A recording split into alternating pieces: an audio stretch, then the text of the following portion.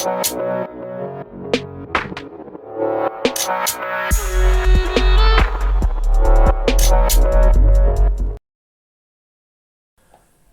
guys, welcome to the channel. This is Paper Rule. In today's video we will be talking about traps for rangers and few mistakes and points on Druid gameplay. So I already made a video before on traps and why I don't use them or think they are inferior, at least for solo roaming in World vs World. They have their role in PvE and in PvP, but for World vs World they usually lack this value because the ability to survive and kite, and most of the fight depends on that anyway. They might shine in group play, so if you're roaming with a group and you can really cleave decently and other people can give you extra cleanse and save you or even stun break you, so you compensate for what you lost in using survival skills from stun break or condition cleanses and stuff like that, but they're still not offering this much to be better than survival even in a lot of group play. They are usable, they are not really bad skills that don't do anything or fill a niche of value that not really worth playing. They can be used, but they are always inferior to other options. And mainly I'm talking about survival skills, because some other skills doesn't offer as much anyway, like most glyphs to begin with. So I already made a video talking about this in details and you really should check it out. It's mostly accurate about everything right now. The only difference I would say is that healing trap is became much stronger since all healing in game got nerfed basically, except few skills, and he wasn't one of them. So right now it offers a lot more healing percentage comparing to other skill or what they used to do. And also spike trap, some niche builds use it for dragon hunter style of gameplay, so they burst really high from stealth and just get it to move and reposition and go full glassy, like for SoulBeast and stuff like that. But most condition damage traps at least doesn't offer this much, and I don't think that most of this build at least offer this value. They are really good and successful against not so experienced players. Now, as you see here, that druid joined our fight and catched me with really decent immobilize even when I broke out of its burst, and now he's applying traps so he gains stealth, so I stay away from it and avoid stepping into his traps. I get inside Celestial Avatar and try to avoid them and create distance. And this was probably the first problem that you're gonna see with using traps, is they have animation while being casted. So you see when they are applied and you don't have to step in them. If you're playing any class that use minion style like pets for ranger, minion mancer, clones for mesmer, anything like that, you don't have to step on the trap. Even if you're in group fights or 2v2 or stuff like that, someone can step on them and the other is not, the one who can survive him so easily. So let's say you're running with a Tempest. The Tempest can step in them and get out without getting the CC or the condition and have insane amount of cleanse, even triggering stuns from something like shock and aura and stuff like that. So here is a firebrand came back to the fight and he changed to burn firebrand, which I didn't really pay attention. I noticed the amount of burning he was applying, but I didn't notice this was a build change, which what was going to cost me the fight in this. The druid is really being accurate with the immobilize. He catch me with a really nice burst, I break it, he catch me with another immobilize to prevent me from cleansing more condition. But since the build changed, I was surprised that the firebrand fall, but as I said, I did not notice that change in the build at this point. So I thought I would be able to get the finisher on him, and I pulled the druid with my iboga to prevent from happening, and the moment he got up, he applied insane amount of burning because of his passive. And I did not notice that until it was too late. There was two healing trap next to me and I didn't even know which one was mine, so I acted a bit wrong here and I ended up losing the fight for it. So right now I'm respawning, and a druid out of respawn does not have Celestial Avatar. So this is a really difficult problem that you're gonna see later in the video, because you don't have access to Celestial Avatar, which means your entire rotation become really difficult. You need to burn more cooldowns to lose more condition cleanses than you need because you simply don't have Celestial Avatar yet.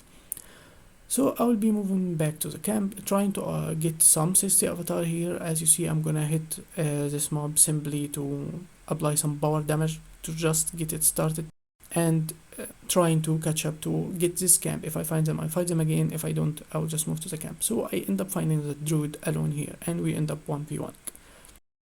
So I try to catch him with Ancient Seed here through my bits days, but he doesn't catch him. So I end up catching him with Entangle. I try to, through stealth, to apply Ancient Seed through the glyph CC. I let him apply his Ancient Seed and then break out of it by using lightning reflexes, which is a really good advice you need to pay attention to. It can cost you fight if you don't do it.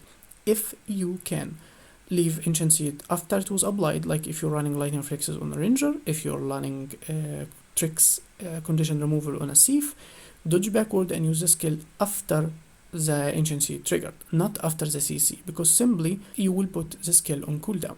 If you don't do that, simply the ranger need to daze you again or apply any stun again and trigger Ancient Seed again, and you already lost your way out of it. That's why I'm using this trick to avoid his damage. And as you see here, I pull him, but he lightning reflexing immediately, so I don't trigger Ancient Seed. I catch him with Entangle again, but right now, if I have another stun, I could simply apply Ancient Seed again. And you will find a lot of druid doing this mistake multiple times. Right here, I let him trigger the CC and everything, and then use lightning reflexes. So he found the fight to be a bit difficult, trying to move to spawn in order to fight me in a safer area so he can break out. I try to push him back like this, but he has a lot of cleanses and he repositioned nicely. So I'm not going too close, obviously there's guard and all, so I'm keeping my distance. I'm avoiding the second trap. I know it will come for me, so it doesn't land. I stand still, cleanse more condition. I pull him near me and trigger Ancient Seed, healing under him for more cover condition.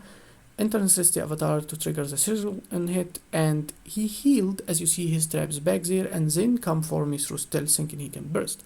But that meant he couldn't cleanse and couldn't come back to his healing trap, which is a big mistake also a lot of druid I see doing. Healing trap doesn't heal for insane amount of health anyway, unless you're getting too much of the regeneration. So you want the regeneration and you want the condition cleanse. If you're fighting a solo fight or even a couple of players that use only condition, then you should stick to your traps as much as you can. Only leave if you have to, or otherwise stay in the trap. And this fight, as you see, I'm fighting a druid that really focus on condition traps, so he's not using only one for CC like the other one did.